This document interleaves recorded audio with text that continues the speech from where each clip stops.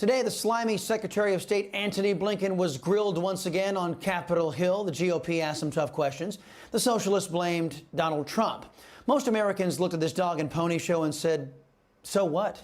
Americans get harmed, we get stuck with the bill and the heartache, and nobody gets held accountable.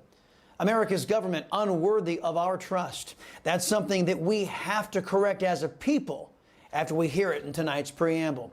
John Adams, one of our founding fathers, observed that, quote, our Constitution was made only for a moral and religious people. It's wholly inadequate to the government of any other, end quote. We've lost that emphasis. Americans are electing immoral people, or those who don't wish to hold immoral people accountable for their actions. Congress has been busy abdicating their just powers to the executive branch and to a bunch of unelected people. Some of you call them the deep state, others call them permanent Washington, whatever you call them. They're decidedly corrupt, decidedly anti-American, and they are an affront to our constitutional system. They screw up our lives, and then they get to keep their jobs. Despite their grim performance, they keep their powers and their perks in an effort to continue their destructive incompetence. Prime example, the aforementioned Antony Blinken. For the second day in a row, Blinken took stern wagging of the fingers from the GOP. Secretary Blinken, exactly 1 week ago, 4 of my constituents escaped Afghanistan, the first known to leave the country since your administration abandoned American citizens in Kabul on the 30th of August. Your officials left this young mother and her 3 children behind. The youngest was 2 years old. The family remained hidden and terrified for 12 long days until my team and a group of brave patriots on the ground facilitated their evacuation. During this time, the State Department did nothing to help this family.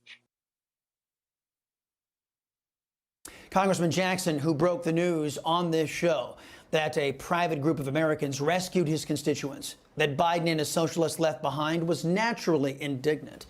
Texas Senator Ted Cruz took a turn today. President Biden and the Biden administration have presided over the worst foreign policy catastrophe in a generation. Americans across the nation are horrified. Our servicemen and women, our active duty military, are angry, they're disillusioned, and they're frustrated. Our enemies across the globe are emboldened, which makes the world more dangerous today for America, and our allies are dispirited. Ever since the disaster began unfolding in Afghanistan, we've seen the Biden administration making political excuses. We've seen Democrats on this committee explaining at great length how everything that happened in Afghanistan is Trump's fault.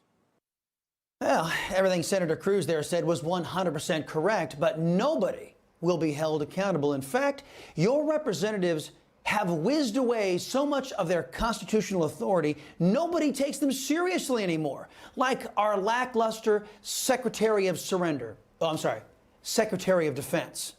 Second, I'm very disappointed that Secretary Austin declined our request to testify today. A full accounting of the U.S. response to this crisis is not complete without the Pentagon, especially when it comes to understanding the complete collapse of the U.S. trained and funded Afghan military. His decision not to appear before the committee will affect my personal judgment on Department of Defense nominees.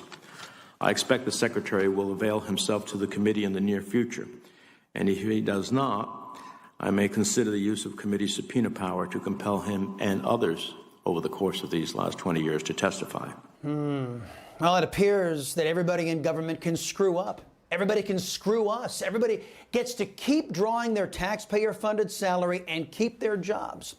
Government is the place where the truly ungifted and unscrupulous go to strike it rich. And the only people who get hurt are the 340 million Americans who pay, in more ways than one, for this affirmative action program for the criminally stupid among us. Let me put an emphasis on criminal. After Joe Biden and his team inflicted the worst foreign policy defeat on America in the modern era, after Biden and his socialists left hundreds of Americans and thousands of vetted Afghan allies behind, after Biden and his socialists armed the terrorist Taliban with the most sophisticated weapons systems in our arsenal, what was the #1 priority for the Biden the boob administration? Was it bringing our citizens home? No. campaign and LGBTQI plus refugee support groups released a 10-point plan to protect Afghan LGBTQI refugees. My question is, have you seen this plan? And if so, is the administration prepared to implement it? Well, thank you for very rightly putting the spotlight on concerns about the LGBTQI plus community in Afghanistan and the particular threat. Socialist Democrats, Team Biden, they're dedicated to protecting Afghanistan's LGBTQ community from the terrorist Taliban that Biden just put back into power and armed. But Mitch McConnell says there will be no impeachment. Liz Cheney is focused on mean tweets and ignoring evidence about what really happened on January 6th in order to make sure America's government never falls into the hands of we the people again. And what happens to all of these people who are harming us, our families, and our country? What happens to all of those who give nice speeches, but at the end of the day demand no and get no accountability? Nothing. And when people make mistakes in the military, they ought to be relieved of their post. But leaving Bagram Air Force Base, I think, is an unforgivable sort of mistake. It's going to be remembered in history, but if you do nothing about it, you leave all these people in place and say, oh, well, we all agreed. It's like, then maybe everybody needs to go.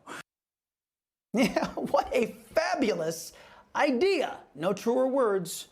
The American people do not deserve a government of the government, by the government, and for the government. We deserve a government with men and women of integrity who hold the U.S. Constitution as their standard and their guide, and who make sure that when government screws up, the perpetrators are fired. That's how it happens in the private sector. Right now, the biggest group of welfare recipients in the United States is the federal government, in particular, the majority in Congress. Simply put, we're not getting our money's worth.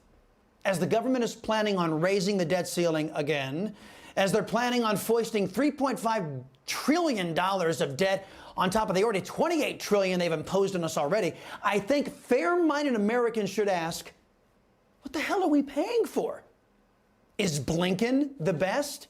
Is Lloyd Austin the best? Is Lois Lerner or her disciples the best we have? Maybe a tax revolt is needed in this country to send a message to the least gifted among us. American tax dollars will no longer fund your failure and mediocrity. Hey, I'm Rob Finnerty. Thanks for watching. If you enjoyed this video, please join the conversation in the comments below. Don't forget to subscribe, too.